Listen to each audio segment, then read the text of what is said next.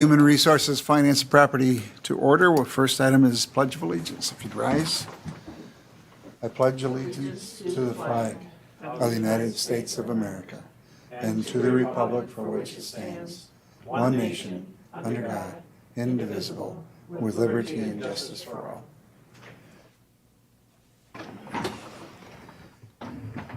Next item is public comment. Nobody had approached either of us. Does anybody wish to make a public comment? I think we've got a bunch of presenters and interested parties. If not, we will move on to the approval of the minutes from the September 7th meeting, which were in the packet. What are your wishes? Moved by Chair Gibbs. Is there a second? Seconded by Supervisor Hart. Any discussion, amendments, corrections? If not, all those in favor of approval of the minutes will signify by saying aye. Aye. Opposed, no. That motion carries. Next item is policy issue for discussion. Funding for the broadband project commitments. And we had a discussion at the last meeting, and subsequent to that, we've had some further discussions. And I know Christie is looking for a recognition that we actually have committed the ARPA dollars, and then we also have had some discussions with Bug Tussle relative to the commitment we made to them surrounding the $3 million loan. As a baseline, we had committed $235 per unit served under the broadband expansion grants as a county match to those. In the case of Bug Tussle, it's $145,000 and change.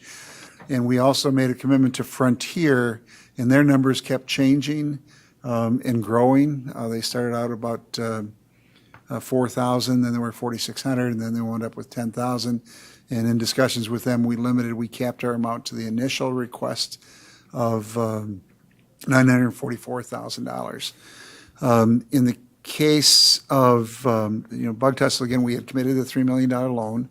We were intending to use ARPA dollars. We can't use ARPA dollars for a loan of that duration. It would have to be paid off within the period. So we are looking instead to go to fund balance, and we would make a loan to them similar to the terms that we entered into the agreement with them last fall when we did the conduit borrowing. I think that's 3.24, I believe. And then they would pay us 40 basis points on any outstanding principal in addition to repaying the loan. And we would then give them that we would reimburse their costs because all of our commitments and pledges to the internet service providers are reimbursement. So once they incur the bills and send us a bill, we would reimburse them the $145,000, Frontier the $944,000. But we will be bringing into a future meeting the term sheet and the conditions under which we will make the loan from the fund balance, and we'll be encumbering a portion of the fund balance. But what you have, did that get updated in the? I don't think it was in the packet.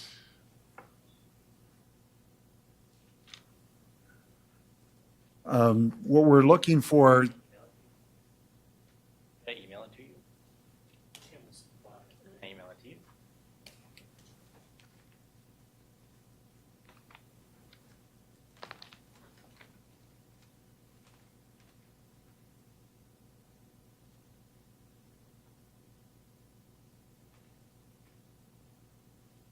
But that's the idea, it will not go to tonight's board meeting, but rather the October board meeting. And we needed to, again, formally encumber the RDOF dollars and tie them into a project. And we wanted to also make sure that the county, the ARPA dollars. I'm wrong. I'm reading something from Celeste Flynn on RDOF and on the ARPA dollars, and then work on the term sheet. We'll be working on that term sheet on a longer term basis, and I think we're waiting for Mitch Olson from Bug Tussle to submit that to us. And I've had a brief discussion with Frontier, and we'll be following up with them relative to that, developing a similar approach. Good news is we'll be serving over 11,000 additional units in the county as a result of that, the PSC grants.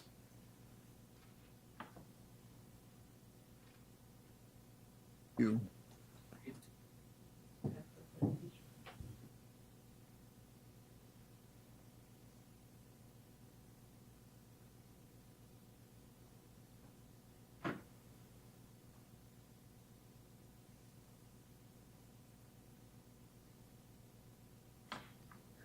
Oh, your dual authorization or authentication is sometimes a blessing and sometimes a delay.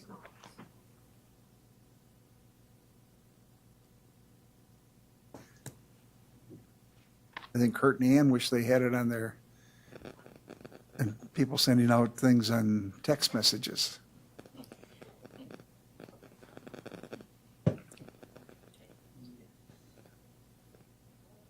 Mike, do you want to go through the?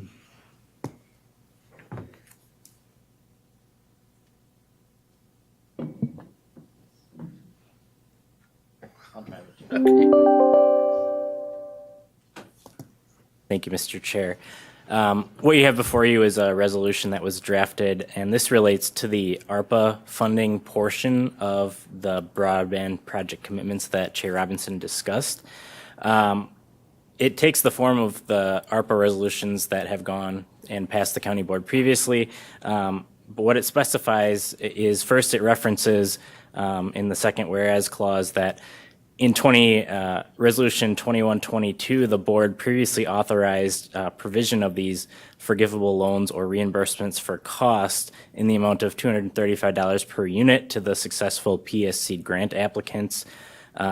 Then it outlines what the action is, which would be to approve a grant of $142,175 of ARPA funds to Bug Tussle Wireless and $944,835 to Frontier.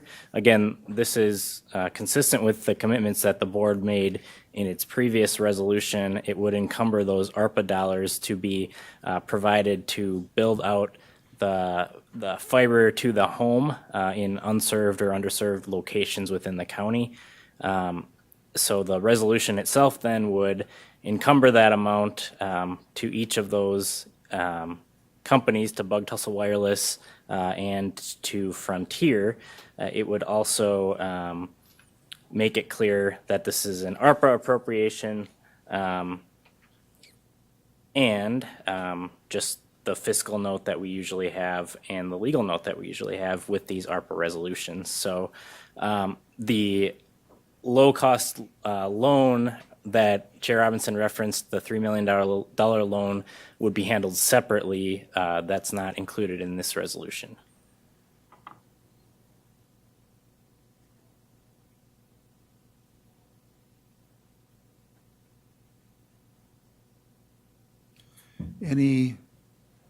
Any questions?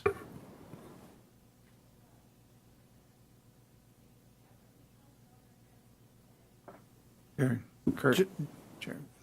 Chairman, there was, if I remember correctly, there was some $14,000 left in the CIP funding from the year prior. There's 114,000 some odd dollars left in the KIP. And the question is whether we apply this to this or save that for other projects, which we will have coming forward. No, that's fine. That's fine. So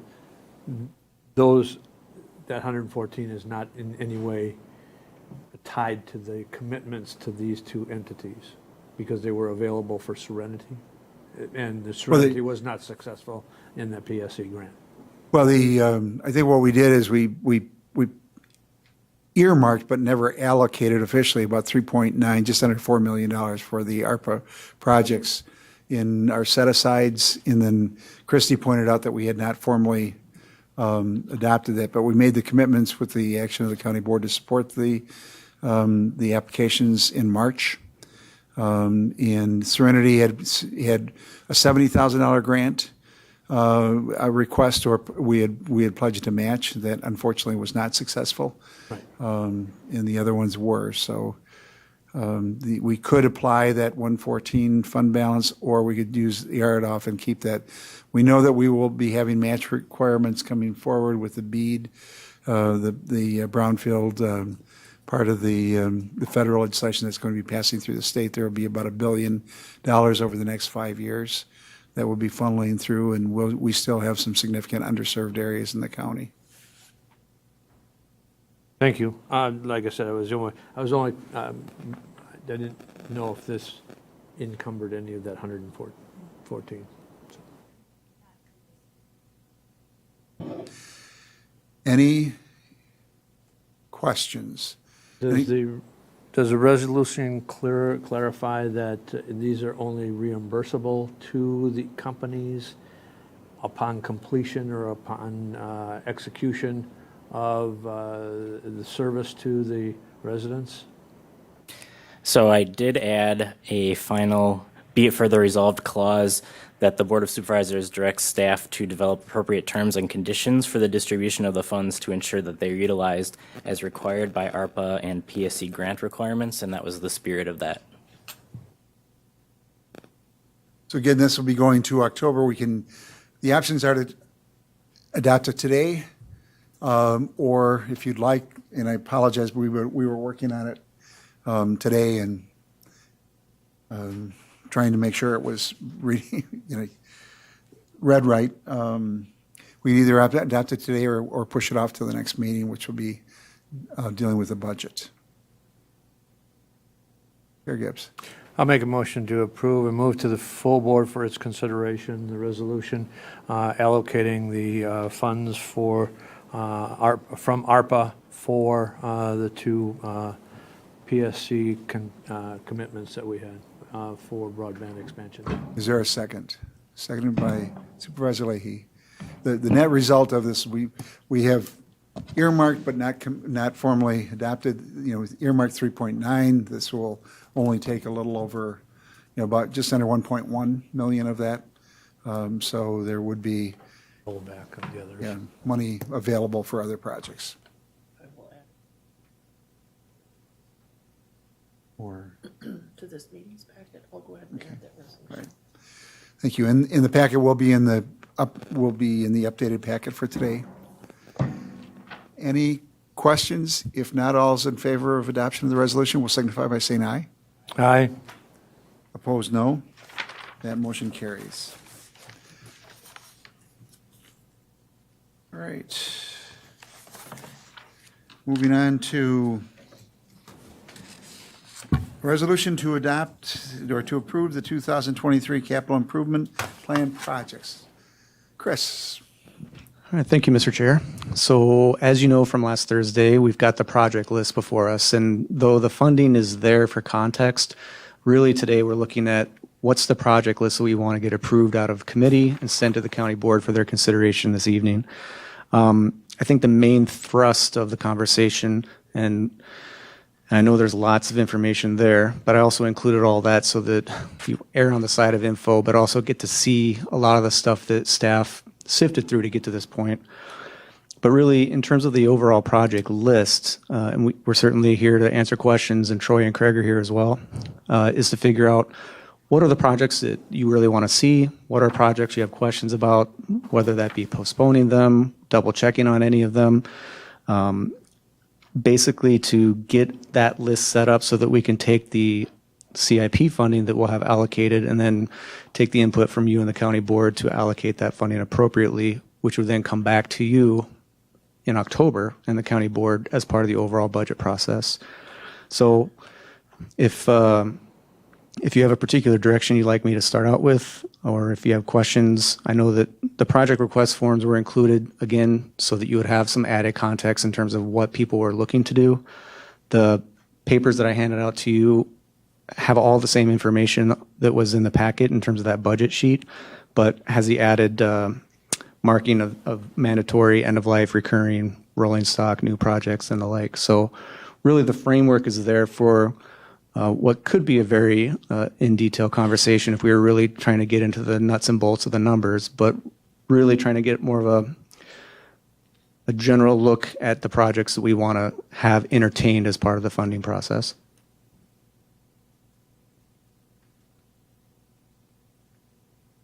Okay. How would you like to proceed? I know that there will be some significant modifications. I've had an opportunity to sit down with the administrator and talk briefly with Chris. I think that, based on some of our discussions, my preference, and again, this is only in individual members, is that we try to look at a budget with no debt, no new borrowing. And the reason for that is that we've had some significant borrowing in the past that has put some pressure on our tax levy and our tax rate. I think given the times, it may be prudent for us not to go to market with some of the inflationary pressures. I think that I have some concerns relative to the use of the ARPA funds relative to some of the projects. Not to say that the projects aren't meritorious. The concern that I had was relative to whether it was an appropriate use of the ARPA funds to fund some of the renovations at the parks departments and other locations. And the preference would be to look to other sources of funds. And we had an earlier, they talked about use of ARPA for the highway projects. And right now, while we're awaiting a final determination on whether that would impact our general transportation aids, I think we would want to avoid using the ARPA dollars to fund transportation projects if we don't receive the benefit for the 6-year average, and therefore penalize us while we fund the projects. This year we're looking at a $250,000 decrease in general transportation aids because we haven't kept up with other communities and counties spending. I don't think we want to exacerbate that by shifting projects in, and we can look to the highway fund balance for that. And I think there are some tweaks to some of the others that we would want to delay. I think that there are some, such as the groundwater study that we have looked at. I've had a chance to talk to Laurie McSimmons from CPZ, and they're still in the process of framing that study. I think it's a very worthwhile study. But in light of our situation, we may want to get a little bit more meat be in substance behind the framework of that, and look at moving it ahead at a later time. And there are a number of other projects we can talk about specifically, but I think that those would, if we can look at it with no new debt, limit the ARPA funds, look at some of the projects and look at moving those into future years to accomplish that, I think that would go a long way in having us reach a goal of no new borrowing for the county. Chris? No, thank you for that input, Mr. Chair. And I think that our general approach to date has been looking at it from a no debt perspective. Of course, if there were projects, regardless of how much funding ends up there being available for SIP or CIP funding, if there was a project that you really wanted to see happen, it would be good to know that too, because we could approach it from a contingency or reserve funding as well. Now, that's not the typical process, but if there was something that was really key and that was something that you could relate to us, then as we put the funding in there, if we're not going to borrow and we limit the ARPA, there might be a way for us to propose different funding mechanisms similar to the groundwater management plan. And I talked about that briefly on Thursday in terms of how do we want to handle plans in general. And also, just as a quick aside on that too, if we ran that through the ERC committee or had it funded contingent upon running it through ERC committee through whatever the mechanism might be, there's also a chance that we could split the funding of that over a couple of years, whether that happened today or at a future date here and at ERC. I think it is a two-year project as well. Correct. And so the amount that's listed is for both years, so you could split that out so you get the 1-year funding for the data. Again, it doesn't have to happen today necessarily, but just wanted you to know that you could carry that over a couple of years, regardless of how you thought about funding it.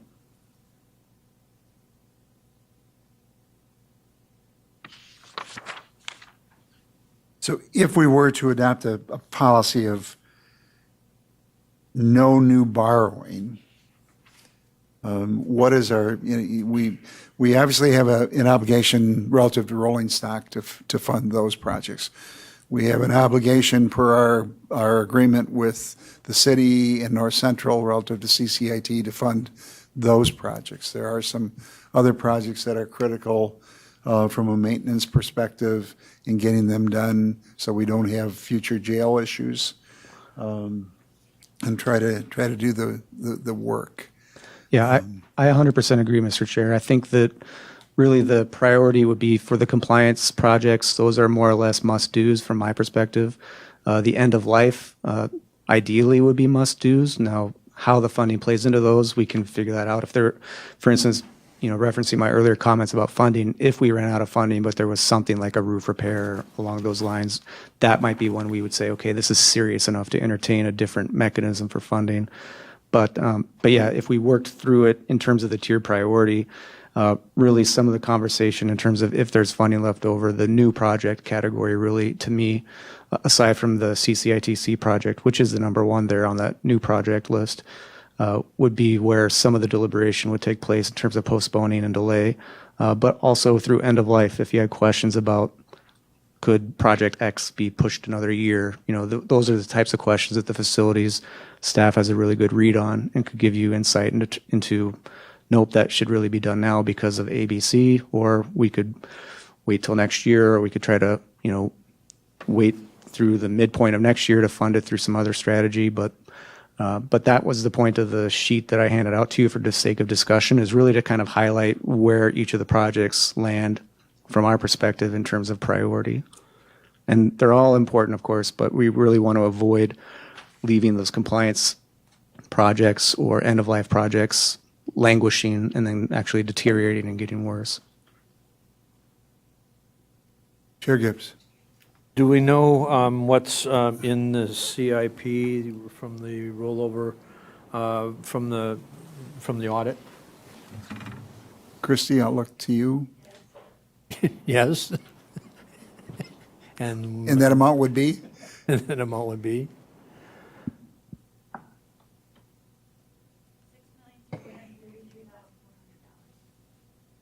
I'm sorry, could you use a microphone? It's a little over $6.3 million.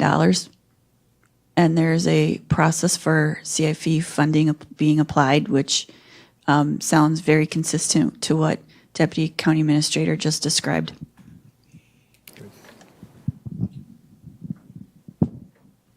So we have to make a recommendation on a list for the county board for this evening. Correct. And though there, all the supplementary information was there for added context, but I think if we think about it being the focus on just a project list, what you're approving today and what the county board is approving tonight doesn't have a funding tag associated with it at all. So you're really just giving us guidance to say, these are the projects that we really want to see happen. If there was something you wanted to pull or postpone, we can do that and send that to county board. And then as we get that list approved, then we'll take it back to that figure that Christie cited and figure out, based on your input, guidance, et cetera, how that funding kind of allocates across the different projects from the compliance through end of life. And, we could end up where there's very little funding for some of the new projects. So if I understand those comments, we could make a motion to advance the KIP to the county board, subject to not using the ARPA dollars, no new borrowing. And I think there's a few of the projects where, in some other conditions. But some of the projects that I struggle with is we continually, and excuse me, Chair Gibbs, we continually have issues with UWMC as it relates to our role versus the state's role and the university system role relative to funding, whether it's fire alarms, renovations to that building, and we continue to talk through that. And I would hope that sooner than later, we get an agreement relative to the future of that campus and what our role is and what their role is. Some of the improvements look to be of benefit to the students. Are there opportunities for student fees to pay for a portion of those? We've been talking about that for years. I think sooner or later, between EEDC and this committee, we need to get a better understanding of what the obligations are going forward, because we're making significant investments in a facility without a long-term agreement with the university system. I think we just need clarity. Whereas UW Stevens Point is funded entirely by the university system, the capital projects at UWMC or UW Stevens Point WASA are come out of our pocket. I think there's just that need for clarification. And then there were others. There's the Marathon County master plan implementation. There's $200,000 in the plan, but we don't have a plan. And so I think there are some things where we may want to look at it. I did have some questions for the facility staff as it relates to the envelope, particularly as it relates to the jail. And you've got I think we want to look at moving projects like that. But it talked about laminated windows that look to be in a little need of some work potentially, but they weren't within the scope of the project. Are windows, are we in a situation where if we do the work on the filling the cracks and other work, where in a year or so we would have to come back and do the windows? Again, if you can come up to, because we're recording it.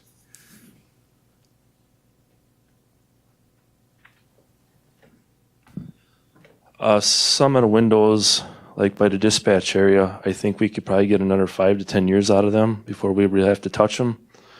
The windows on the north side of the sheriff's admin, we're probably, once we do a little sealing up with this project, some caulking and stuff, we could probably get at least 10 years out of those yet before we'd have to touch them. The curtain wall on the entrance of the jail is in pretty good shape. I think we're going to be good for at least 10, 15 years there. So nothing's really been touched as far as the envelope probably for 30 years on that end of the building. So just to kind of give you an idea how long it's been. They had flagged it in their report but say that it was outside the scope. And so you think we're doing enough to fix them to extend the lives? Correct.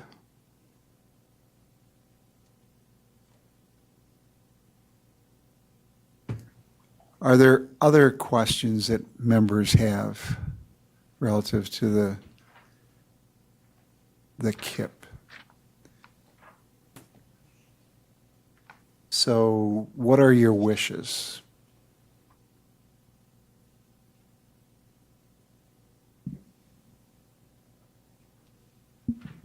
I know we're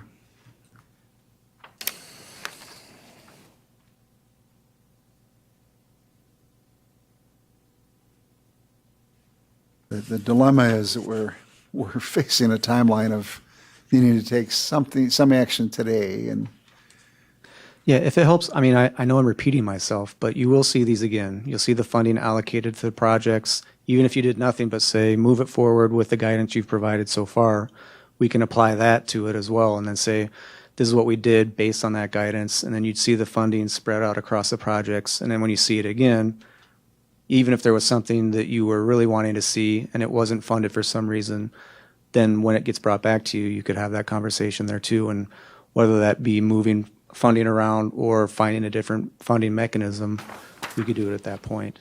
And in some cases, it may result in a deferral of a year, just to, instead of doing it in 2023, we may do it in 2024 or subsequent years. Yeah, and that's not uncommon in capital improvement. It's a lot of conversations aside from the official documentation that gets submitted. Once you start really looking at the numbers and figuring out where can we apply the funding in the most logical sense based on the guidance we've got, those conversations help to inform that, and we can do a lot of that too prior to you seeing it again, so that we can even explain what those conversations were, so that whatever changes were made or wherever the funding was applied, we can provide that additional information at that time.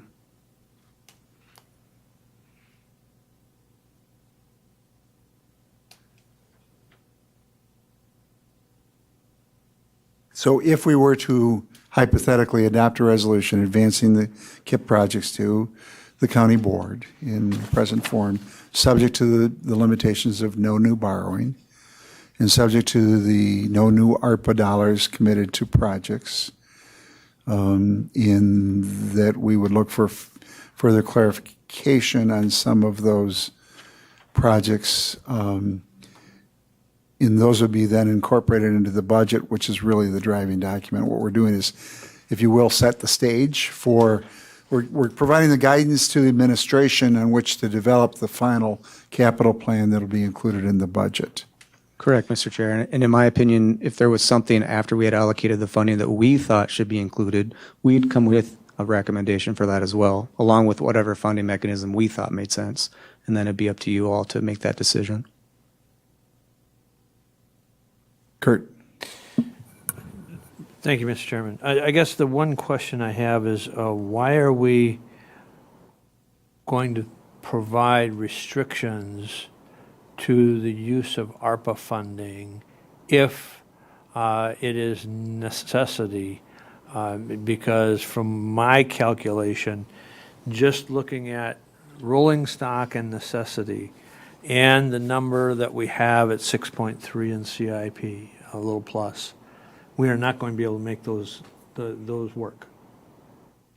So my thought is I don't want to provide that restriction. I'm not comfortable providing that restriction when we have moved in a direction that necessitates end of life and projects that need to be taken care of on facilities. Now, new projects, I have no problem. But I think to sit there and say that we're going to go back, because in essence, what. If I could just interject, if you heard it was new ARPA spending.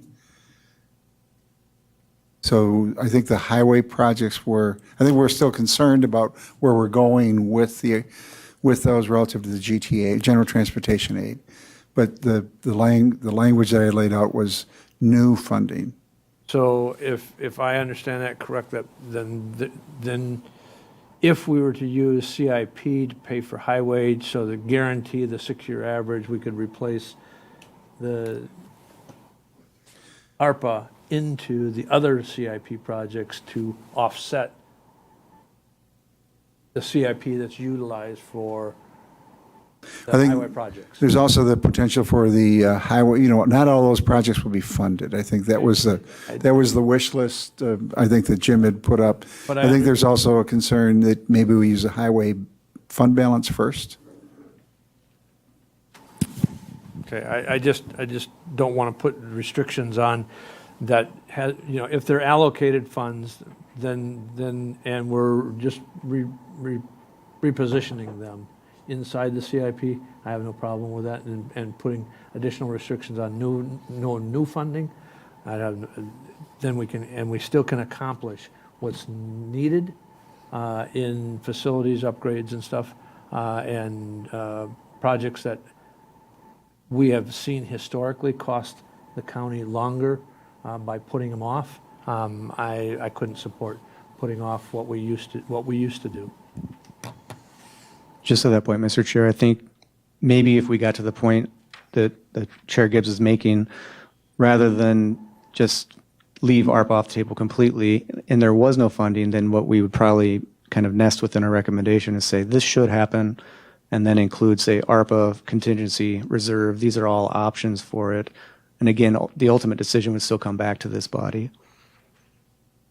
But with the guidance you've already given, I think that also helps shape what we have before us too. So we can put that into our, in terms of how we kind of sift through the funding and the list. Christie. I just have one other clarifying question. There is a highway ARPA resolution for the $10,337,879. So would that be already considered ARPA capital funding? That's okay. Thank you for that clarification. But I think we may want to look at that in light of how it impacts GTA, and I think that we'd rely on administration to develop the most advantageous approach to funding to the county on a long-term basis. So what are your wishes?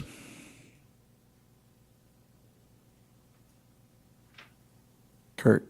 I'll make a motion to forward to the full board first consideration CIP project list as presented, and with those provisions, as stated, no new ARPA, and no borrowing on this year.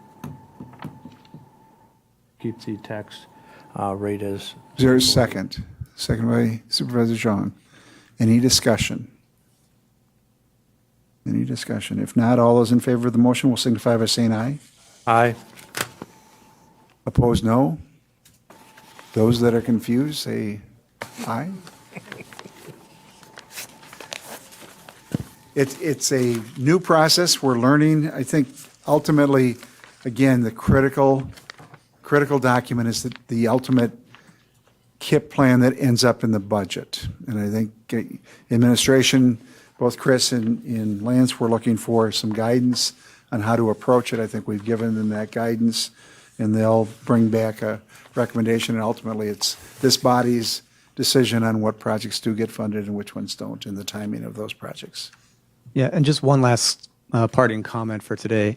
I think that as we look at the process for next year too, if we can adjust the calendar in a way that we can bring a list with associated funding, that might make what we're doing today and what the board will be doing a little clearer overall. And so that we can work on that. But yeah, the hope is to sort of continue to streamline and figure out how can we best present this in a way that dovetails with the budget calendar. All right, urban forestry grant. If you want to. Sure.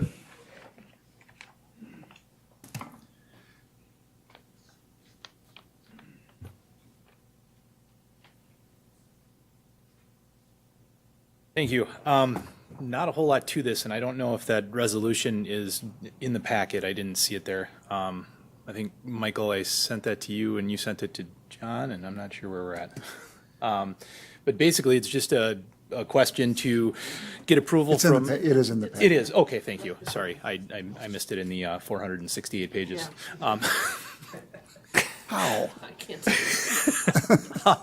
So basically, this is an annual grant awarded by the Wisconsin DNR. We're applying through City of Wausau. But as Marathon County is our employer and would be the responsible party in signing off on it, we ask your approval. We did something similar last year with the catastrophic storm grant. The money ended up going to the City of Wausau because that's where the damage was done. But again, as Marathon County is our governing body, we just seek your approval with this resolution. It is, I guess, whatever information you want. We're roughly $28,000 grant we're asking for to update our inventory. Components of that would involve a little bit of equipment and 2 seasonal personnel and the rental of a vehicle.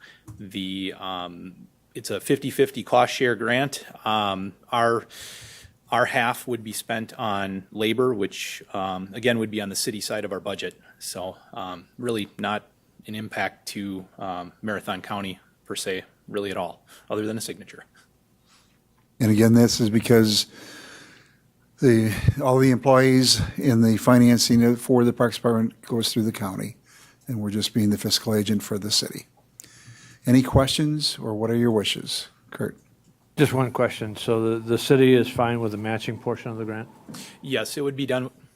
Sorry, it would be done with seasonal employees, of which we hire 50 plus per year. So fairly easy to absorb that within that budget. Yeah, but they're aware of the budget implications. They are. And are fine. All right, what are your wishes? Moved by Supervisor Leahy to approve. Is there a second? Second by Supervisor Lemmer. Any discussion? If not, all those in favor will signify by saying aye. Aye. Thank you. Opposed, no. That motion carries. Moving on to educational presentations and committee discussions. Staffing update. Thank you, Molly.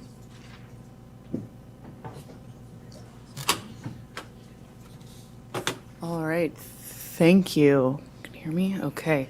Just want to walk through kind of a staffing update. Some things have changed since I've last been in front of this committee as it relates to recruiting and retention. Recruitment and retention does remain a big impact. Attracting and retaining qualified workforce continues to be one of our largest challenges we face. Of course, if we don't have the staff to do the work, no work gets done. So in the space of recruiting, we have seen a 40% increase from in 2022 so far over 2021 in the number of recruitments we've had to do. I don't have data on the number of recruitments we've had to repeat due to lack of applicants, but that has become an issue that we've noticed. We've had positions be posted for months at a time with very, very few qualified candidates apply.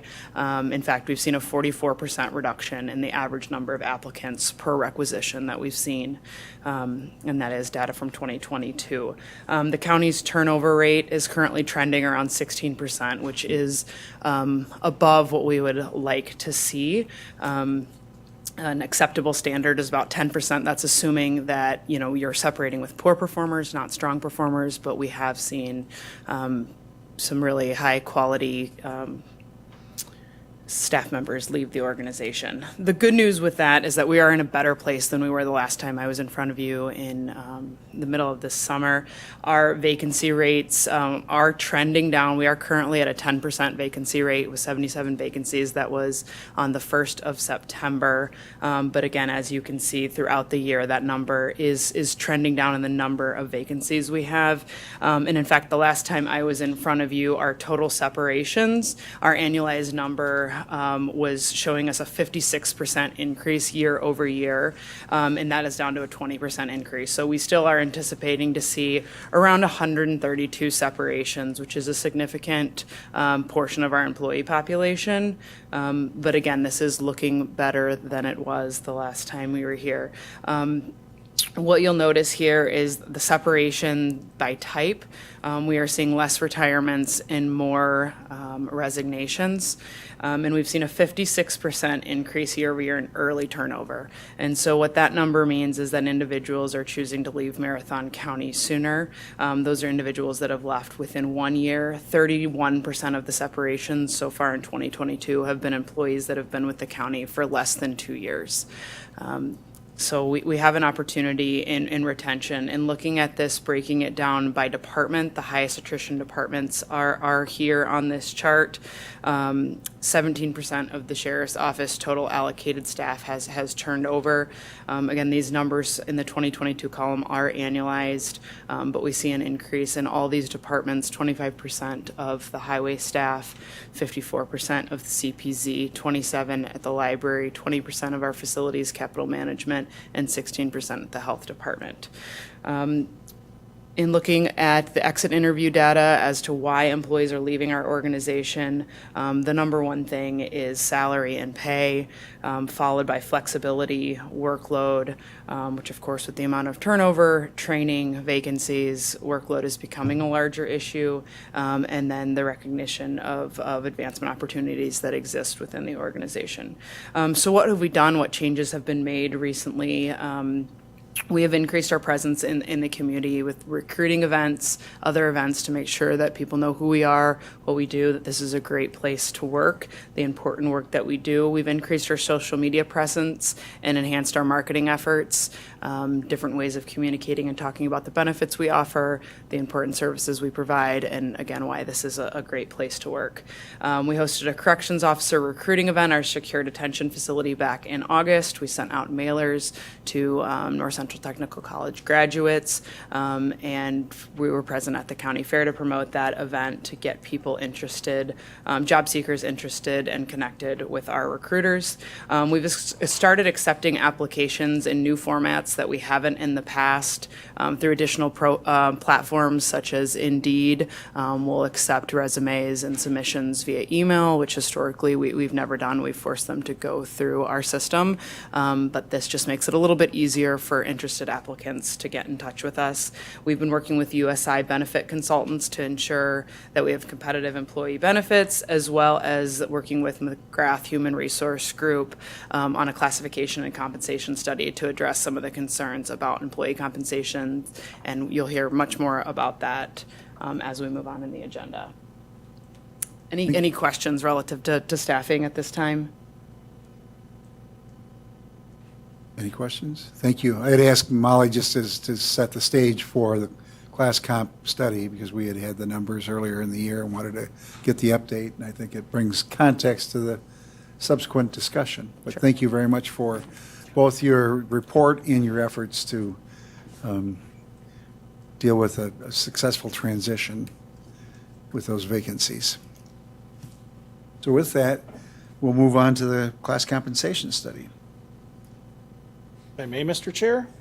That would be you. Thank you. Good afternoon, everybody. And as Chair Robinson referenced, I think Molly did a great job kicking us off with context, and I'll try to do a little bit more of that today. And I know we're all wanting to get to, okay, what's next? And certainly we're going to get to what's next in a moment, and I'll have Milena come up in just a couple of minutes. But, you know, I do want to start by saying I do believe the product that we're going to show you today that's in your packet, I'm very proud of it. I think Molly did an excellent job. All of our department heads did a tremendous job working with Milena, and I certainly thank Milena and Dr. Mcgrath for their work on presenting this to you today.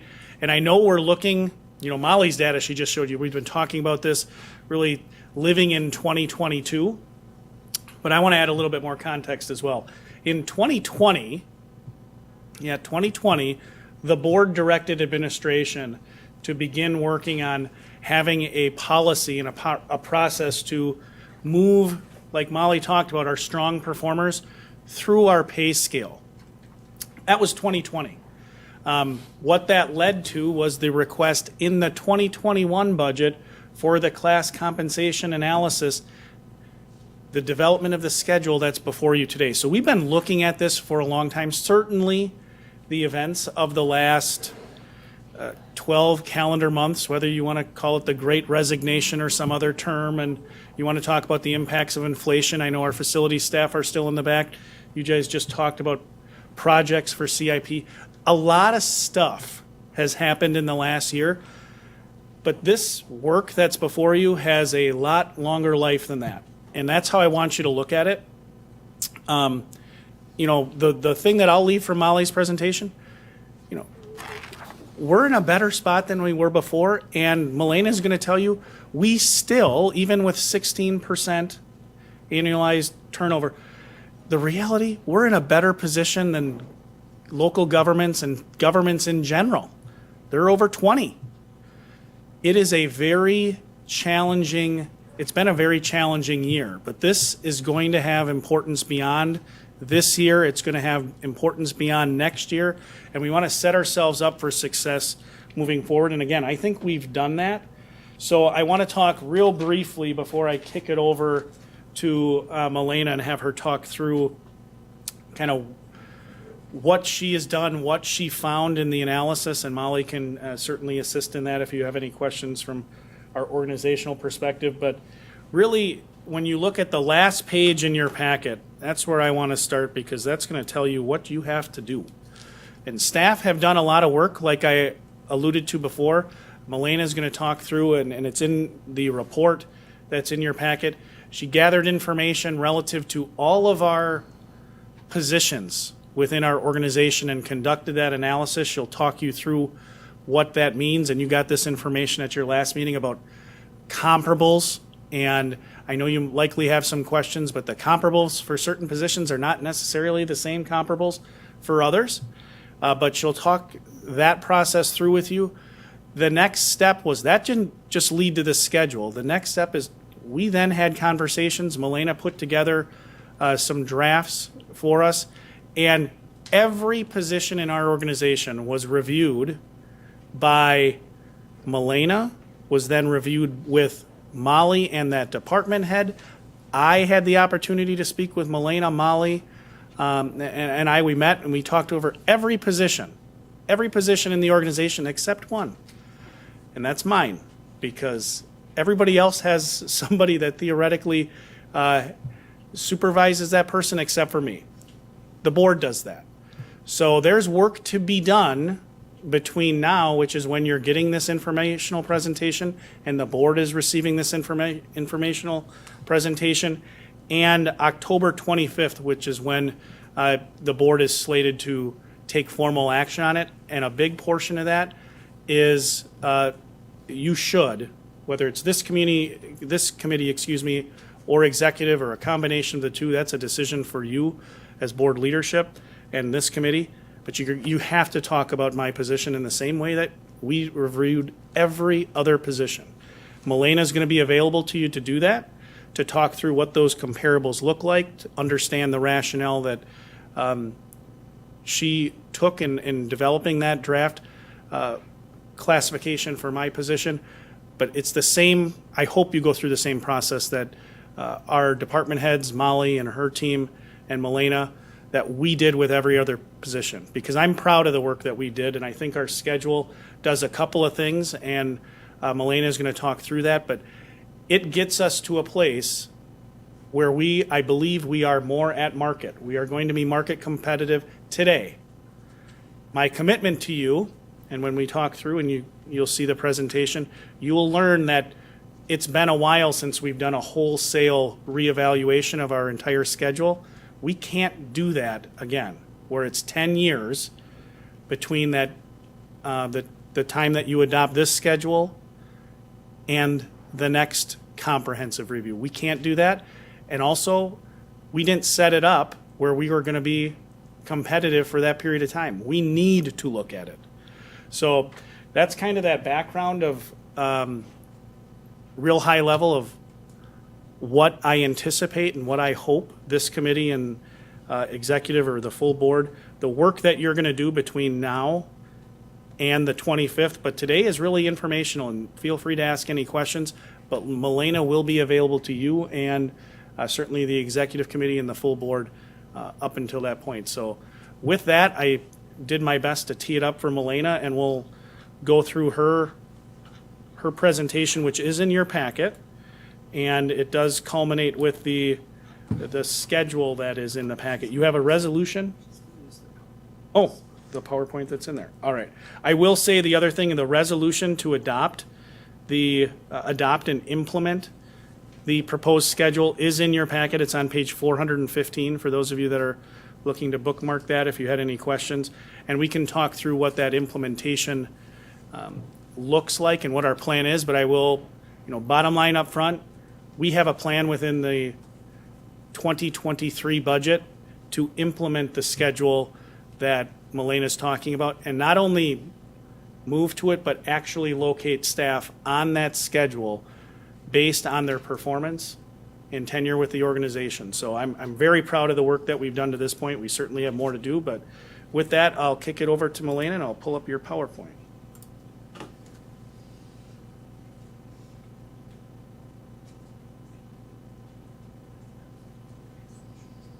Thank you. Right. Good afternoon, ladies and gentlemen. It's nice to see you again.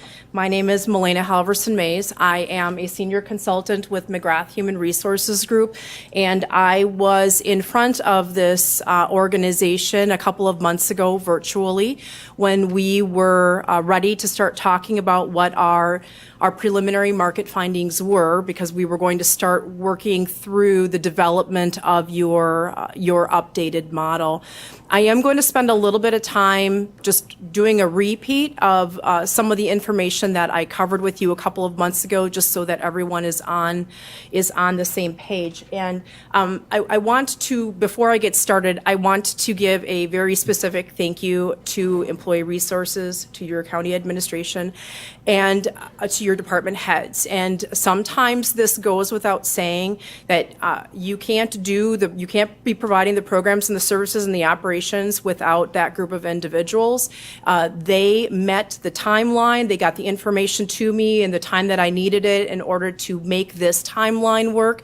You have a very large organization, you are very diverse, you're a very complex organization. It took a lot of analysis, and your department heads absolutely rose to the challenge and they got done what needed to be done. And so public sector can sometimes be a thankless job. I did it for about 15 years. You don't do it for the kudos, but it's nice to hear once in a while when a job well done. And so hats off to the Marathon County team.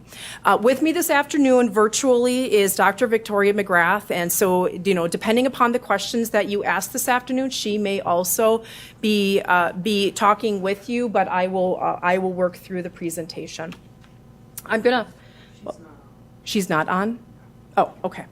Well, that's okay. If you'd like to, that would be fine. Okay, very good. All right, a little bit about McGrath. This is repeat. We are a consulting firm that now is located in Jamestown, Tennessee. We previously were in Wonder Lake, Illinois. We serve predominantly the public sector and the human resources side of the company. We do compensation and benefits, policy development, HR audits, that type of work. We also have a public safety component side. I've been with McGrath now for the last 8 years, and my experience prior to that is in the public sector here at a county in the state of Wisconsin. Just to frame the scope of the project, we were asked to come in and conduct a compensation study that, very simply put, what we are asked to do is give you a final product that is going to be able to attract and retain personnel, be competitive, match internal comparability, and we're going to talk a lot about that here as I go through this presentation. We want to make sure that it's compliant and that the organization can maintain and manage that structure going forward. As Lance indicated, the last time you did this was about 10 years ago, and we absolutely want to make sure that the product that you have is going to be sustainable for you for that duration of time. It's going to need a little bit of support and guidance from the county during that time as well, and we'll talk about that at the end about how you're going to maintain it going forward. Molly spent quite a bit of time going through some statistics with you, and everything that she had to say today is absolutely true. And we work with clients all across the United States, and there's a couple of trends that we have been noticing for the past 18 to 24 months. Right now, there's an organization. It's called NeoGov. They are an applicant tracking software company, and they predominantly serve the public sector. They maintain a lot of data on applications throughout the United States. And what they have been finding, and they've been monitoring this for the last few years, is that there's a significant decline in the number of applicants that are coming into the public sector. And this chart here is from NeoGov, but what it identifies is that positions that are earning $40,000 or less, and that's about $20 an hour, there's a decline in public applications by about 52%. And then $40,000 to $80,000 salary positions, it's minus 36%. There's a significant gap in the applications process. So when you're talking about that your recruitment is going up, but your applicant number is going down, this is absolutely correct nationwide. And why are we concerned? There are a number of reasons. Number one, long-term employment has less appeal to the younger workforce, and you are seeing individuals who are leaving a lot earlier, and we're not necessarily seeing the long-term tenure that we used to in public sector. There is also a real or perceived decline in support for government workers. There are a couple of disciplines specifically where people are walking away from the job. And let's face it, when you have to come to the courthouse, very few opportunities are positive. If you have to go pay your taxes, you have to go to the sheriff's department and file something or ask for a police report, or you're going to your social services. And oftentimes then there's a negative outcome, or there's a negative connotation with that. Public employers or public employees, the employers can't compete with the salaries and benefits of the private sector. And there's a growing skills gap. And this is really important because the days of having positions that you could just entry level walk into and be trained on, there are few and far between at this point. Most of the positions that you have within the government now require some sort of a skill set coming in, and oftentimes we don't do a good job in the public sector of selling ourselves and making us be an employer of choice. And remember us, we have options, and we are a viable option for you. We don't offer the same level of flexible work arrangements. Molly had indicated that, and simply, that's because you are forward-facing to the community, and you can't always work from home. There's limited financial resources. We're going to talk about that, and then there's also going to be work cultures that aren't always supportive. But specific to Marathon County, and we'll talk a little bit more about your demographics in a few minutes, the average retention for public sector employees right now is 6.9 years, and this is a statistic that came out last week. The Bureau of Labor Statistic has been running this particular piece of information for about the last 10 years. I've been watching this number decline. When I started, the average tenure in public sector was actually about 12 years, and in 2020, that number was 6.5. So this is the first time in a decade that the government has actually gained a little bit of ground, and so that is to be applauded. So right now, local government is at 6.9 years. Marathon, you're at 9 years, but when you look at what your employees are at right now in their current position, you actually have a very young workforce because a lot of them are moving around to different positions, and you're right at about 5.7 years. And so that means then that you have you simply just have a young or an inexperienced workforce. And as Molly stated, your turnover is at about 16%. Average local to the across the United States government-wise is about 20%, and we like to see 10%. 10% is a good turnover rate. Okay, and I talk fast, and I apologize for that. Let's talk about the study methodology. So now you understand why there's a growing concern. Let's talk about how we work this project.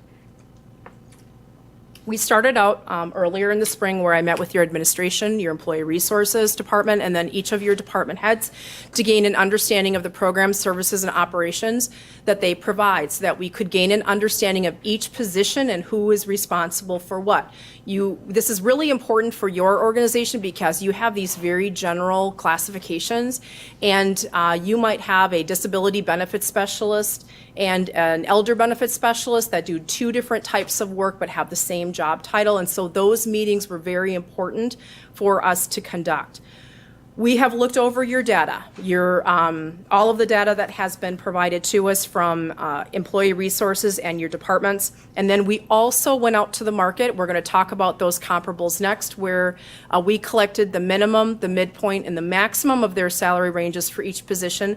And then we also collected what the actual incumbents are earning, because sometimes we find that organizations don't follow their salary ranges, especially if they find that their ranges might be problematic. And so really the market is the incumbent rates is a very good indication of what the actual market is.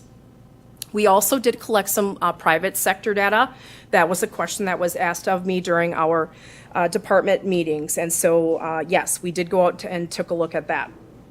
We asked for all of the positions to complete a position questionnaire, and that helped us do the position analysis. That became very important at the very end, again, when we were meeting with all of the department directors and we were covering position placements, and does this make sense? Is there something that we may have missed? And sometimes we just had to go back to the position questionnaire and say, all right, what is it that the employee told us? What is it that the supervisor told us? And where are we going to land with the placement of that position?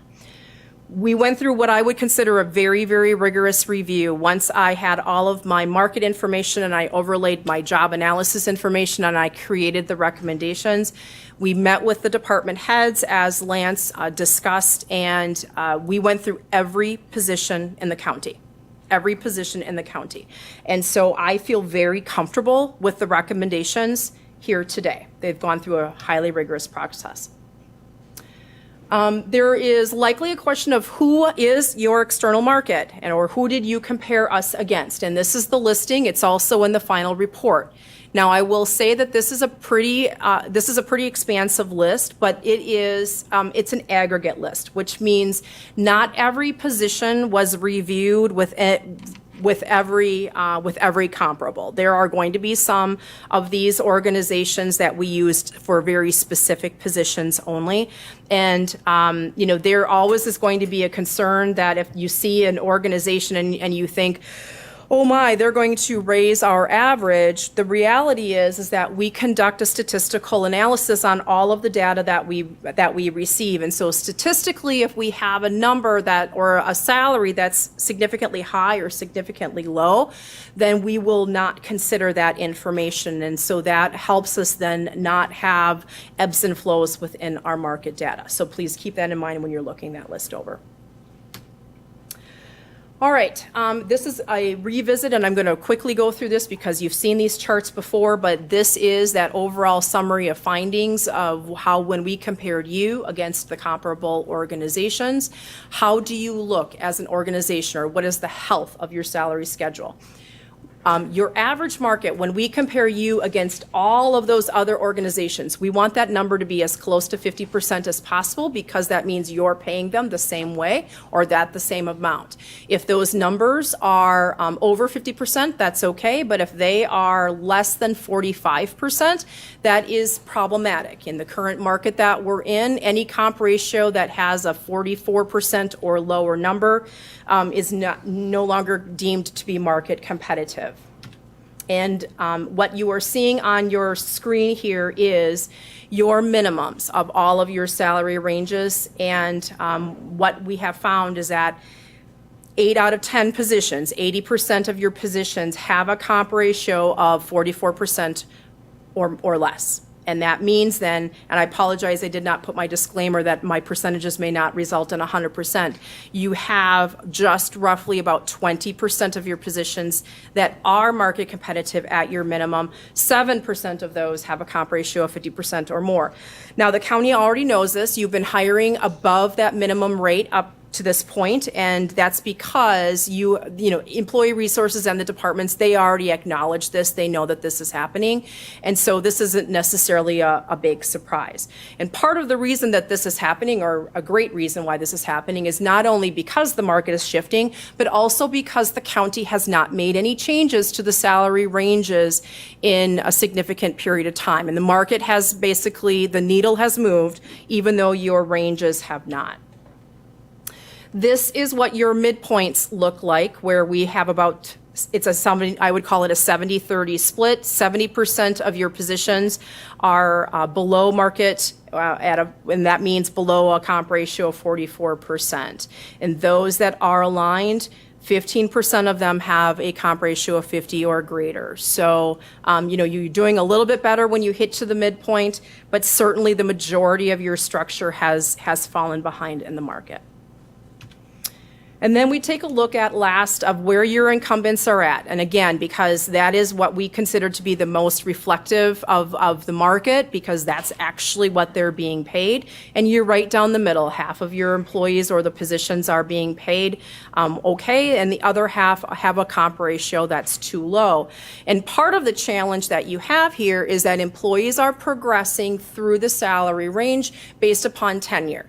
And we're gonna talk about that tenure, and that yours is you have a relatively new workforce, and they haven't had time to necessarily progress through that salary range. This is an example that's in your report that really outlines what has happened to your salary ranges. And I'll just briefly explain this to you, and then we'll move on. But if you look at, this is an example of someone on your current salary schedule. And in column B, this is your minimum and your midpoint. And if you hire a person in at the minimum and they were to receive a standard 4% salary adjustment each year because they are adequate performers, and that's in column D, in theory, it would take them until year 8 to attain the same or exceed the same amount as your midpoint, which is the presumed market rate. Now, that is well and good if nothing is happening in the market and there's no actual changes to those salary ranges. But we know in reality that happens. And so by the time your employee gets there at year 8 and they think, I'm finally at my market point, then you realize the needle of the market has changed. It's shifted. And we continue to progress based upon what the actual market is, and your employee is actually going to work 14 years before they hit market competitive wages. And I can tell you that there's not really any employees that are willing to wait 14 years anymore. And so that is inherently one of the issues that is, that Marathon County is experiencing. All right, I'm not going to spend a lot of time on the demographics. Molly went through that, but I will just very quickly say that you have, about a third of your workforce has less than 4 years of experience, and there's a pretty significant gap that's going to be coming when you're trying to fill positions in the future. You will see here that if you can retain an employee until about that year 20, you're going to keep them. But if you look at this number, you see it declining. As service level continues, you're losing them by a pretty significant percentage. That means that they're just simply not staying long-term with the organization. And that would be challenge or problematic for me for purposes of succession planning for an organization.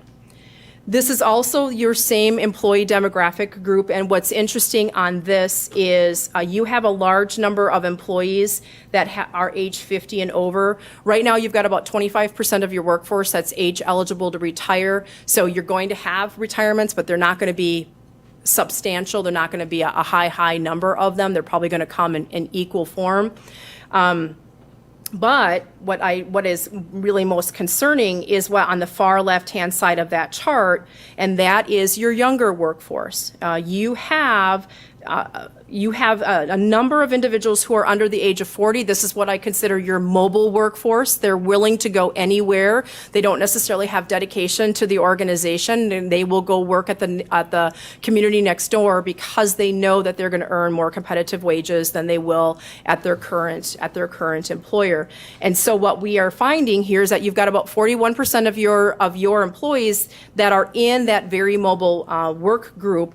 But interestingly enough, only 15% of them are under the age of 29, and we normally see that number to be a lot higher. And that is an indication then that either Marathon is not able to hire or they're not staying, okay?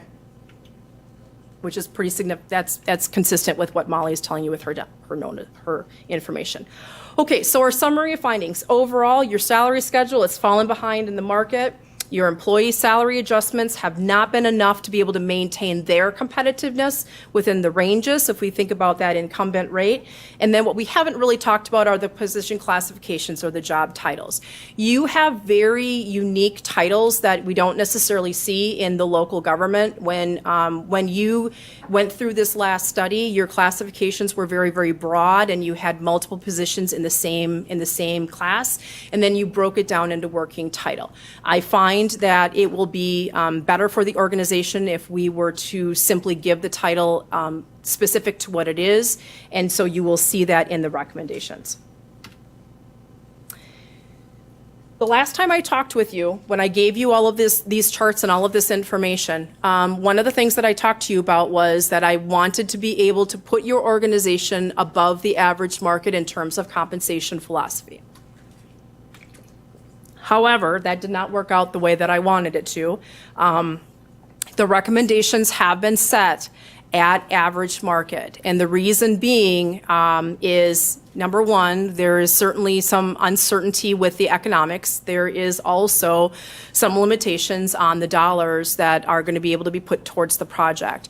So I did run a couple of iterations, and we identified what these salary ranges are going to look like if we are at average, because that's how we've set it. And then we also ran another iteration above average. The cost factor was enough of a concern for me that my final recommendation is going to be average. And that is simply because I want to make sure that your program is sustainable financially long term. I don't want you to start a program that you can't afford to sustain after about 2 years. All right, this is where rubber hits the road then. What are my recommendations? Your structure has been set at average compensation, average market rate. There are 23 pay grades. They are all in alphabetical order. The decision band model that you have had historically has been eliminated, and you now have pay grades D through AA. And the positions have been placed, we'll talk about that here in a moment, based on a number of different factors. You will see when I show you the visual that we established your salary ranges on the average market, and that will be that mid number that you see. The minimum has been set at 12% under that. The reason why we've done that is because we need a little less time for employees to be able to get to that market point. And so the longer your salary schedule is at the front end, the longer it takes employees, and then they're going to leave. So we shortened that up on the front end of the salary ranges, and then we left the back end of the schedule. Your pay grades C through O, those are going to be your lesser paid salary ranges. They have a 40% range from minimum to maximum, but pay grades P through AA, they only have a 35% range from minimum to maximum. The reason why I did that, and I spent a long time talking with Dr. Mcgrath and, and internally with administration about this. I need to make sure that your salary ranges are competitive, not only for retention purposes, but also future recruitment. And so this decision to adjust those salary bands at the lower part of your salary schedule did not occur lightly. This is where your department heads are, your executive team, and you can't really run the organization effectively without this group of people. With that said, there is enough of a salary adjustment in those salary ranges where I felt that you're going to be okay by stopping it at 35%. But if at any point in the future the county feels that that could be limiting you, then I would encourage employee resources to contact Mcgrath, and we'll talk through how we expand those out. And then you'll also see that basically every job title has been changed, virtually everyone. So this is a visual, and I think that the entire final has been put in the packet. You've already seen this. This is the pay grade. It'll be in letter. This will be the recommended title. This middle number here now, that is my market number, and the minimum is 12% less than that, and between minimum to maximum, it is a 40% spread. You will see it in hourly, and you'll see it in annual form. One of the normal questions that we get are the comps. The second most normal question that we get is how do you place positions? And there is not any one size fits all with this, because we look at every position on its own merits, and I think that your department heads can attest to that from all of the meetings that we have. We utilize a number of factors when we are placing positions. Number one is what the market data is telling us. Number two is what that internal comparability factor is that I talked at length to the department heads about that. The third one is that position analysis, all of the position questionnaires that the employees were asked to complete and the supervisors signed off on. And the last thing is compression, to make sure that we have adequate separation between the difference in ranks within each respective department. So what do you do from here? I have created your salary schedule. I have turned it over. There's a costing associated with it, and administration is working that into your budget at this point. And I want this organization to be able to use this particular model for forever, however long they wish to have it. But in order for that to happen, there's going to have to be put some maintenance of effort into maintaining the salary schedule. That is the responsibility of employee resources and your county administration to come to you as the governing body with recommendations on how to maintain that. So Mcgrath has met with administration and employee resources on how they're going to maintain this model going forward. Then the commitment needs to be within the organization that when employee resources and county administration says it's time that we have to make some updates or we have to make some changes to salary ranges, that can occur. And my last parting comment about this is we do recommend that every organization do a periodic review of your market. It does not have to be a big comprehensive update like what we did here. This is, usually it's a very daunting task.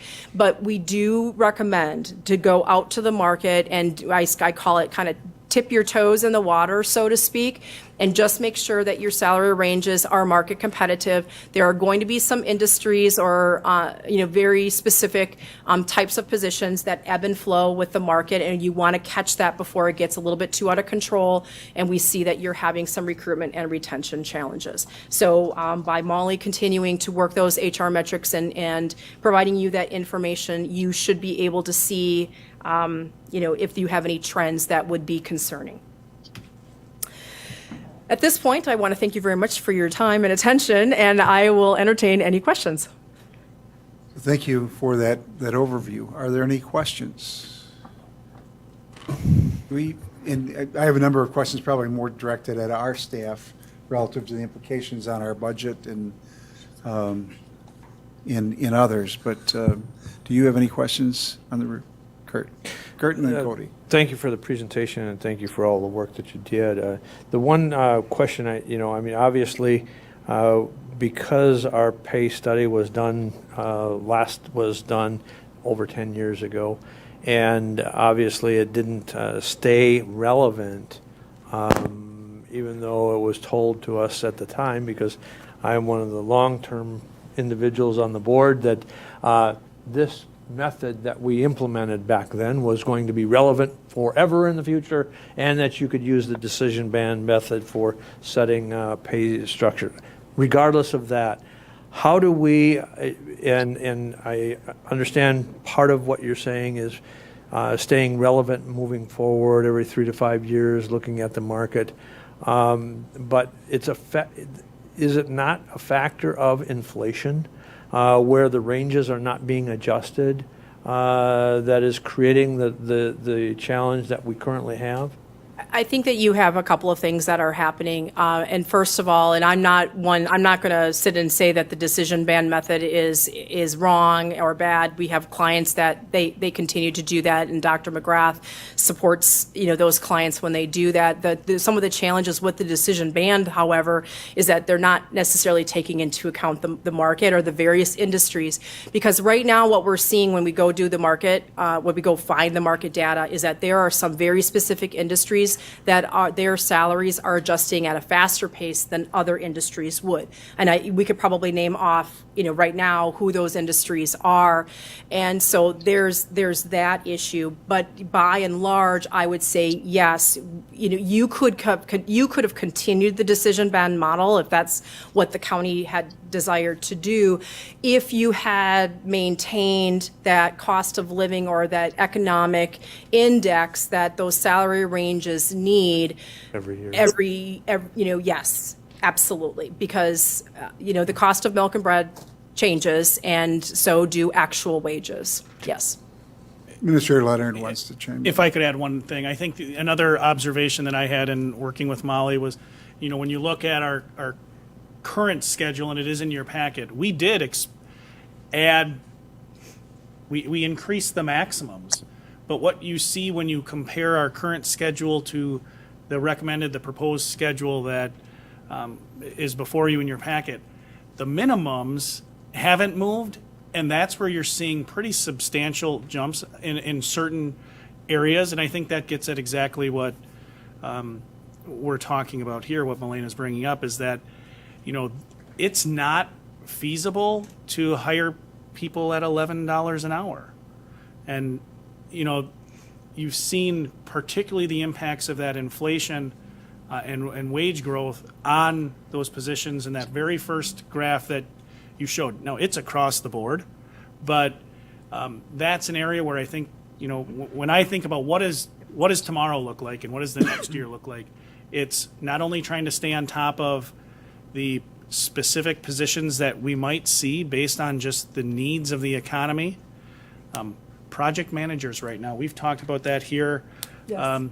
With all of the ARPA money. I mean, there's things that are happening in the market externally that are impacting us, but also taking a look at what is the county's policy relative to shifting of the entire range of a cost of living analysis, and or based on a cost of living analysis. And I don't know that, we're going to do it every year at various times because, as Melena said, the market is volatile. Certainly that's the case right now, but we should look at it every year to decide what, if any, portion of the allocation for compensation increases goes to the scale moving versus what portion of that amount goes to pay for performance increases. Because in conversations with Milena, there's a lot of counties that are on step plans, and I think everybody knows that. I think it's important for us to maintain the pay for performance piece. I think it's become part of who we are. I think it's a good thing, but we need to make sure that we don't neglect the schedule. Cody? Thank you, Mr. Chair. I wanted to just ask, and Molly, this probably would have been a better question when you were up there, about the other part of all this, because we're talking about compensation and salary, but what about the flexibility and the workload part of all of this? Because I know that that's an important factor, and as a young-ish person, not quite there, but I mean, that's a big part of my generations younger than me, when they're looking for jobs. It's not just the pay, but are you going to be able to have a life? So I just wanted to ask that. Yeah, absolutely. Great question, and that is certainly something that we think about and talk about regularly. We've made some changes countywide. I think COVID helped accelerate some of that in terms of making sure that individuals have laptops. Those that have the ability to effectively work from home are able to do that.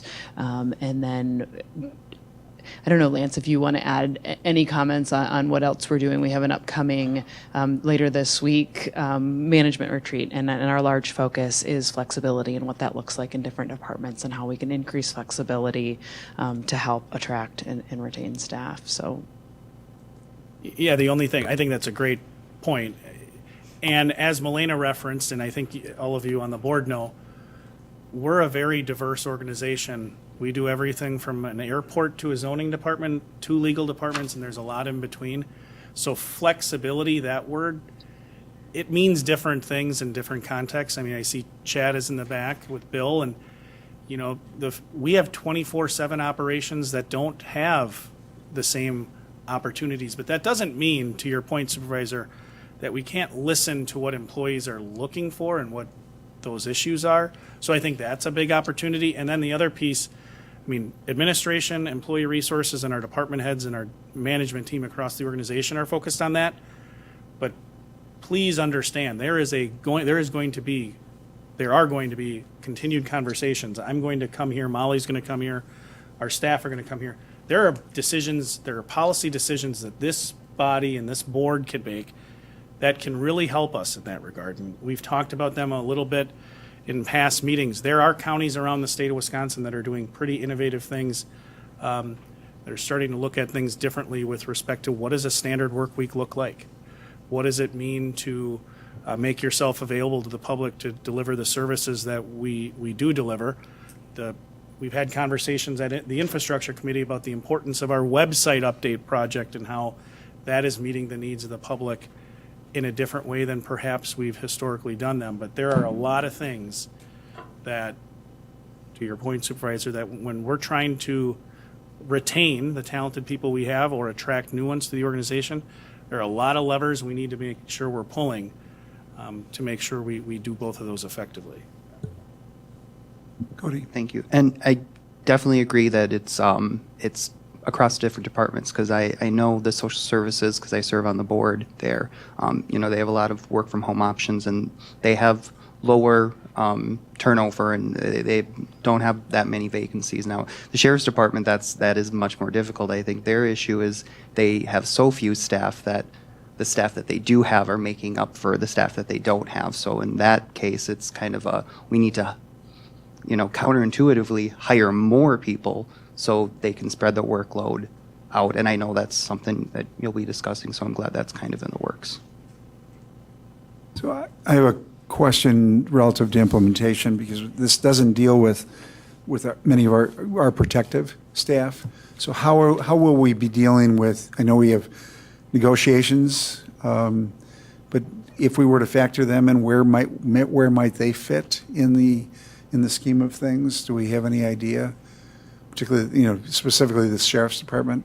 in the schedule, so Is that in the packet version? So Milena did place them on the schedule just as to where they are based on the contracts that we currently have through 2024 to show kind of the internal comparability piece.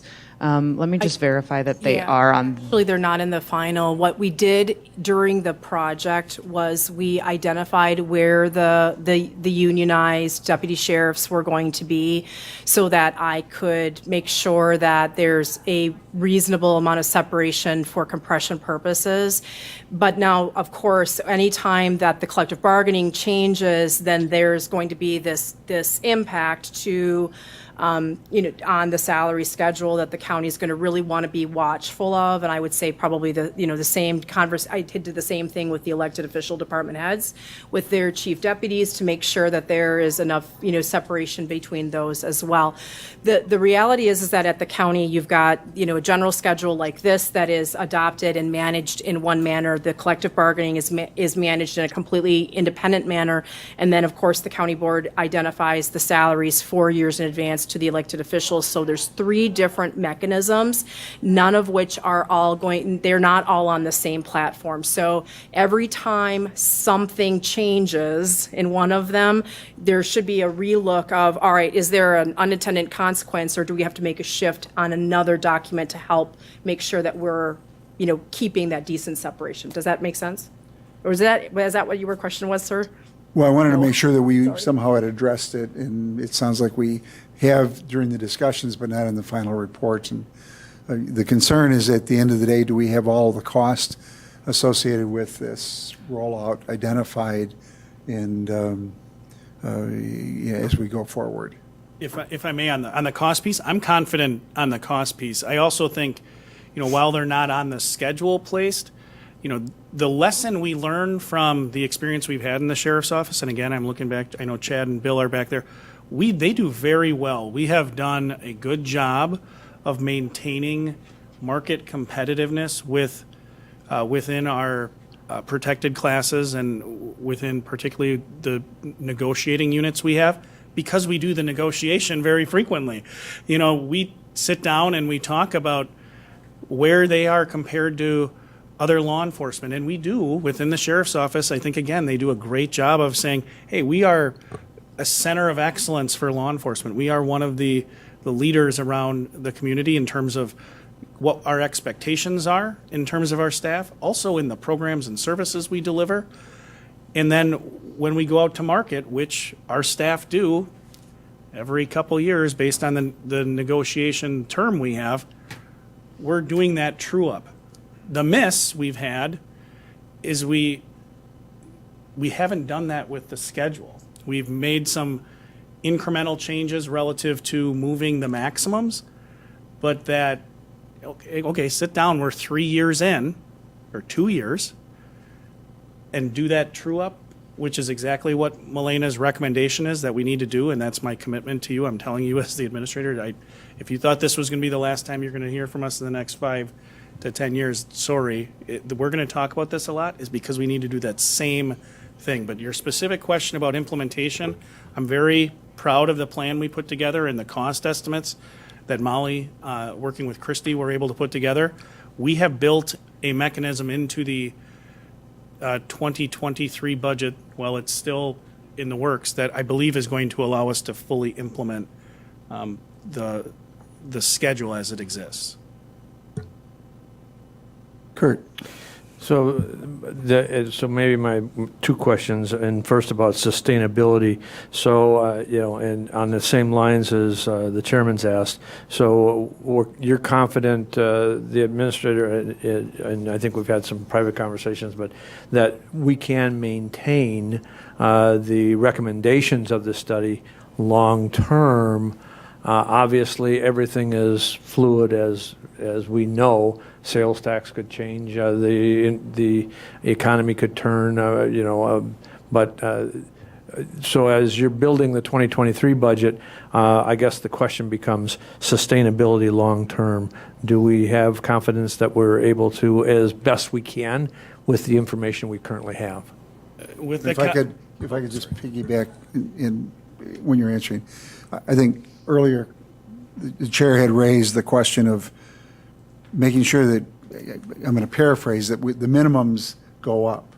And how will we deal with that going forward? What challenges that lay to administration and to this committee as we look forward? So Great question, and I'll start, and please, other people jump in. I feel very confident to say that we are sustainable in light of that last caveat you said, that there's a lot of other things that go into it. And one of them, we were just at the Wisconsin Counties Association, if the inflationary costs across the entire state don't stabilize, there's not a single local government that's going to be in a position to be competitive long term. But I really do think that our plan, the total dollar amount in terms of impact to organization it's substantially more than what we had been allocating with 2.3% or 3%, but our department heads did an excellent job. We built an 8% increase for compensation into their respective budgets, and we found a way to manage that, and we will propose a budget that is going to be balanced. It's going to be difficult, certainly, moving forward, but I don't see it substantially being more difficult than every ask we make, and we have made since I've been here, of department heads to manage their budgets. I will say, and Supervisor Hart's comments earlier kind of alluded to this, there are other implications within our organization. When you don't have appropriate staffing, you have costs elsewhere. So it's not, there's also a huge cost to turnover. So the ability to get more things accomplished with stable staffing, my expectation is we're going to see opportunities that we haven't seen before. I know Chad and I have had that conversation relative to inmate housing. And I know this committee knows that we're housing a significant number of inmates out of county due to staffing, where it's not necessarily simply we don't have space. So I do think we're in a sustainable place. Our department heads did a really excellent job. We asked them, I requested that they really take a hard look at the schedule that was proposed in working with Milena and really try to be conservative in where we're placing positions relative to market, but also with that eye towards internal comparability, and I think they've done a great job. If I could, one last thing related to that, and if Victoria is on the call, she also might be able to chime in. This is oftentimes the conversation that we end up having with elected officials. Earlier this afternoon, you were talking about capital improvement projects, and I understand that that's a completely different, dollar source than your ARPA funds. But, oftentimes you think about the brick and mortar and what you're going to do to sustain your physical structures, but you're not necessarily putting those dollars into the internal services that you need. Without your employees, you can't provide the programs, operations, and services, and it's going to have to become a priority to the elected officials to say, we appreciate you, you come with a price, right? And we want to pay you competitively. We're not overpaying you. We're paying you average to the market, which means some employers are going to pay more than Marathon, some are going to pay less than Marathon, and we've got Marathon somewhere in the middle. And but that is your commitment, and then administration will come back and give you those recommendations to help support that commitment. No, I totally appreciate that. I guess, if I may, Mr. Chairman, one additional question, probably more specific to the responsibility of the county board and the one employee that we currently have, and that is the administrator. And obviously, there is some changes in the structure and the recommendations.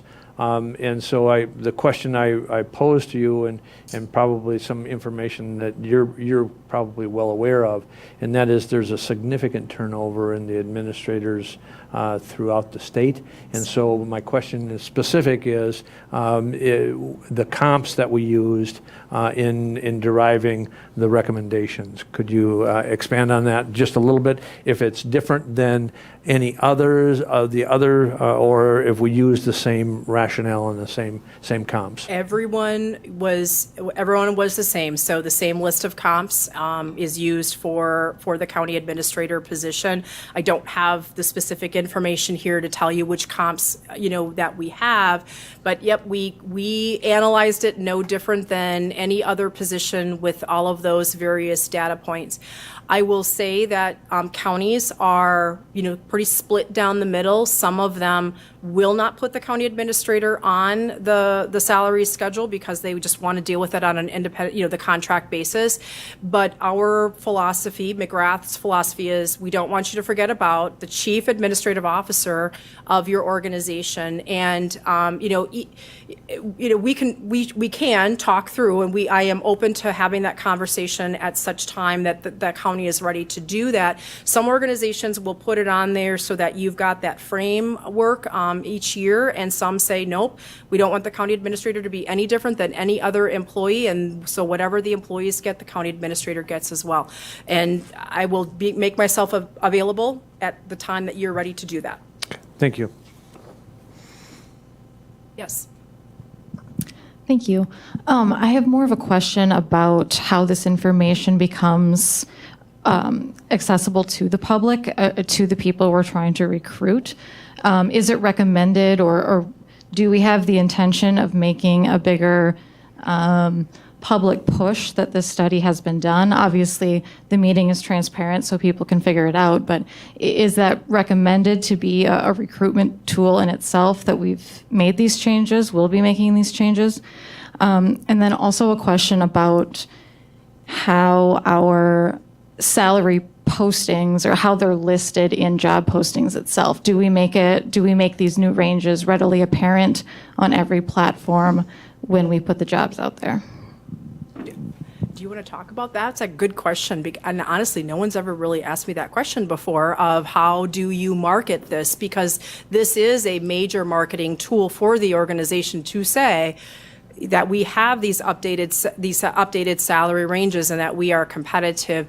And so I would say, yes, I would use it as a marketing tool, but I don't know, you're the recruitment expert right now, so Well, I think that's an excellent question and a timely one, because we've gone back and forth on that, on the recruitments. As I said, I don't have data to show how many times we've had a posting up, had a lack of applicants, had to pull it down and repost it. But we've played around with that. Are people not applying because the salary range that's listed? We've had it, this is the minimum, this is the maximum. We have people apply and then realize we're hiring only to the midpoint. And so then they would be disappointed or decide not to go any further in the process. So we posted with the minimum and the midpoint, and that was also at times misleading. And so I don't know the answer what the best is, but I've said we've tried it a number of different ways, and we're very excited to have updated ranges to try and advertise on our postings to see if that does increase the number of qualified applicants that we get. Because I do think some of our minimums have been deterrents when they're, in the very low dollar range. Elena and Molly, a question for both of you is, as we look at our current workforce, do we have certain departments that are more at risk for turnover, particularly in light of the retirements? And I look at, we have certain departments that are more mature, and I look to law enforcement is one where they've got an earlier retirement age at 55, 57, or 52. Do we, and have we, from not only the perspective of compensation, but in terms of risk to the organization, in terms of turnover, where are there certain departments that we ought to be tracking and monitoring? That's an excellent question, Mr. Chair. I don't have that data in front of me today, but I can certainly get that to you. I can tell you which departments we're seeing the highest amount of turnover, but not necessarily relative to retirements. As you saw in the earlier slides, the number of resignations far exceeds the number of retirements that we've been seeing. If I can go back, Mr. Chair, to the last question. The question about how do we market this, and certainly we will use it, we will develop that strategy, but I also want to make one thing very clear. The most important audience for this are the people that currently work here. And make no mistake, they have been waiting. We have been telling them that we were doing this this study because people have had questions. They've seen, you don't need to look very far as an employee to see a help wanted sign with perhaps a dollar amount that 3 years ago you would have been very surprised to see. So the most important audience for this work, and that's why I agree with you, Supervisor, that it's very important that these meetings are transparent, and I really appreciate that they're publicized. I sent an email yesterday to all staff letting them know that this meeting was happening, worked with Employee Resources and others to craft that, put a link to the packet, and talked about what next steps were. Because since 2020, when that was put on the work plan, staff have been patiently waiting, and I applaud them. We have amazing staff here that do amazing work, and they have been exceedingly patient in allowing us to have the conversations with Milena and her team and allowing department heads to go through that process. But that, as I see, is the number one audience we have for this work, and they also talk to many other people in local government, and we can market through them. Not only is Marathon County a great place to work, which we've done historically, but I think this also gives us another talking point. And look at our new schedule. Like, it emphasizes something that it didn't before, which is we are committed to getting people to that market competitive rate, that market midpoint, quickly.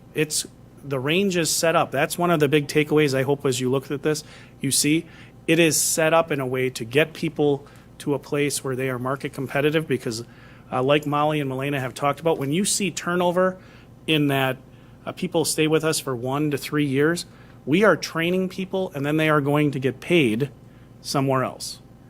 And there's a lot of time and energy invested into those, bless you, a lot of time and energy invested into those people. So just wanted to add that, Mr. Chair, on that piece. I have a question relative to implementation. So we're looking at a December 11th effective date. What ramifications does that have, if any, on budgets for this year?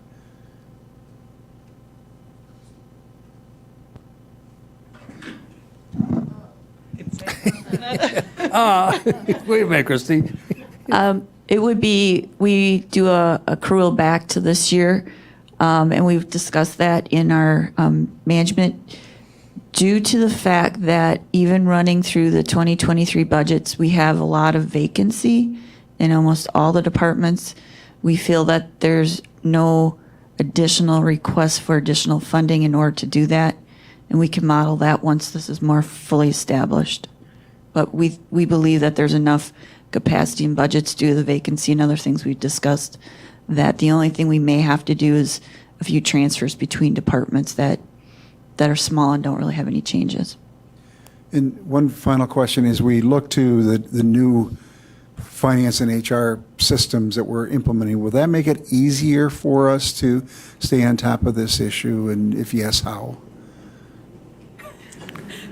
Christy wants to go back to Kayenta for doing it.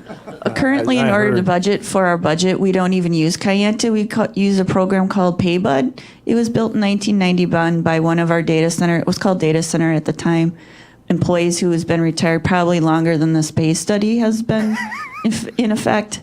And it is a manual process. So we are 100% looking forward to using a modern system. And that's why I can't give you a better answer. We can, because we've been putting all the info into our system now with the budget, that's why we're comfortable that we would be able to implement it with the accrual back for one pay period back into 2022.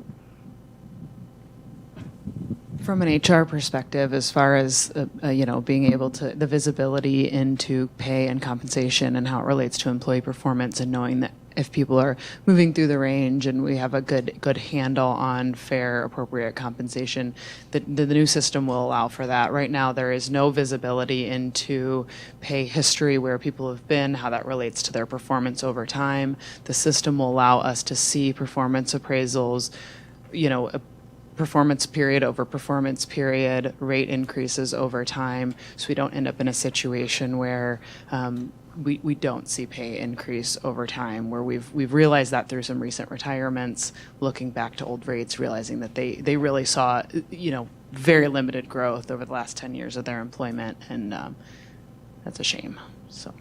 A question relative to our ability to monitor. It's important that we look at retention, but do we also track, from your perspective, when we make an offer and a rejected offer and the reasons for that? We will be able to do that in the new system. We don't currently have that capability, nor the capability, as I mentioned, to understand how many times we're not getting applicants, or even people that come in and don't make it through the full recruitment process because they've chosen not to, for whatever reason. Thank you, Mr. Chair. With the implementation, if approved by the full board and the Finance Committee, to move forward with implementation of the pay scale. Normal evaluations and pay were normally paid out in May or March and April of next year.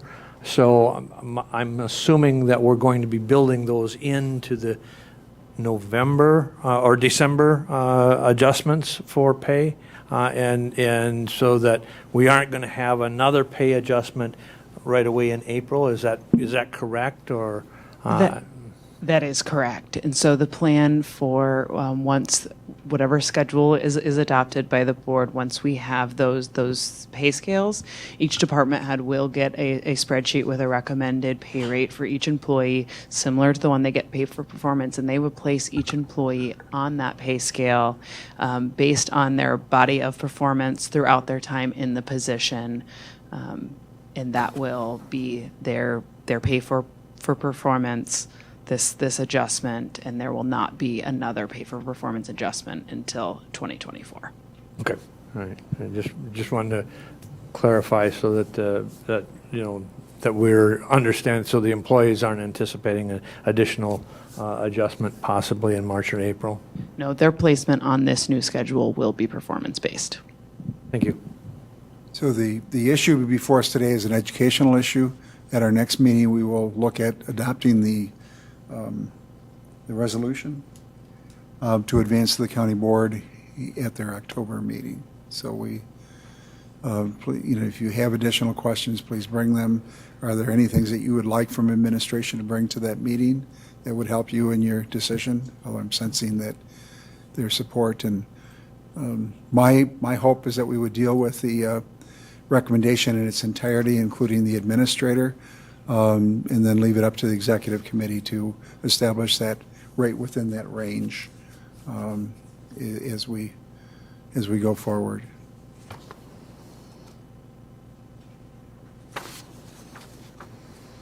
If not, thank you very much. Thank you all for all of your work on this and trying to make us competitive and a good place to work, a better place to work, because we're always a good place to work. Budget assumptions. Christy, do you want to give us the good news on the general transportation aid? You want to give us the news on the general transportation? Yeah, we just got the information from Jim Griesbach in the Highway Department. General transportation aids are down by exactly $250,000. We believe that hopefully will be a one-time, because we're going to pump up our 5-year average. So we are going to take maybe a one-time accommodation to try to smooth that for us, so that once we start investing back in our infrastructure and get our 5-year average up, then that would go back up correspondingly. All right. So anything else you'd like to update us on? So we had an assumption that we would have a budget on Monday. That assumption is proven wrong just because of workload issues. So it is the intent to have the budget presented to the committee at our regular meeting on the 12th? and then we will need a special meeting. I don't like to have the budget presented and then vote on it at the same meeting. So I'm wondering, would you, as the members, be available for a meeting on Monday, the 17th, in the morning? In the morning? In the morning. I'm sorry? There will be coffee, and I'll make sure we might even have donuts if that would work as an incentive. And the reason for that is we have to act by that Monday so that Christie can get the notice published for the paper, or work with the paper. And we're wondering, and we need to get that finalized on the 17th. Yee. Thank you, Mr. Chairman. What time were you thinking? Are you thinking 8 o'clock, 7 o'clock, 6? What works for this? What works for this group? Or 12 o'clock? My alarm goes off at 4:45, so anytime after that would work. And usually I'm awake. It's just scary. 8 a.m. would work with me. Cody, would that work with you? Others? I think Christie would prefer that earlier than. So if we could look at the purpose of that meeting would be to adopt the budget. We'll know. We'll have a good idea of whether or not there's much controversy. It should not be a long meeting, but it would be up to us for the discussion on the various components. So if we can look at the 17th at 8 a.m., that would be great.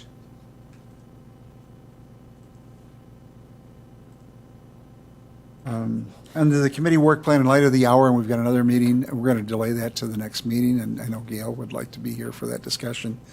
But we're going to look at those 4 areas that we had identified in the work product that we'll get out of that. Anything else you want to bring before us today? So let me just lay out then our schedule for the budget. We will have the presentation to us on the 12th of October. The 17th, we will finalize action on the budget. The 20th, we will present it to the public at the county board meeting. And then on November 3rd, we'll have my notes were, Chrissy, correct me, but the 3rd would be the hearing, and then the 10th would be adoption of November. So we're looking at the 12th presentation, 17th action, present to the county board, having and recording that, and then having the public comment on the 3rd, and then final action on the 10th. We will need to meet between the 3rd and the 10th sometime that week before that county board meeting to consider amendments to the budget as we've done in the past. So we will work for a date on that. And Kim has nothing going on during that period of time, so. All right. Somehow. It can't be November 8th. It can't be that day. All right.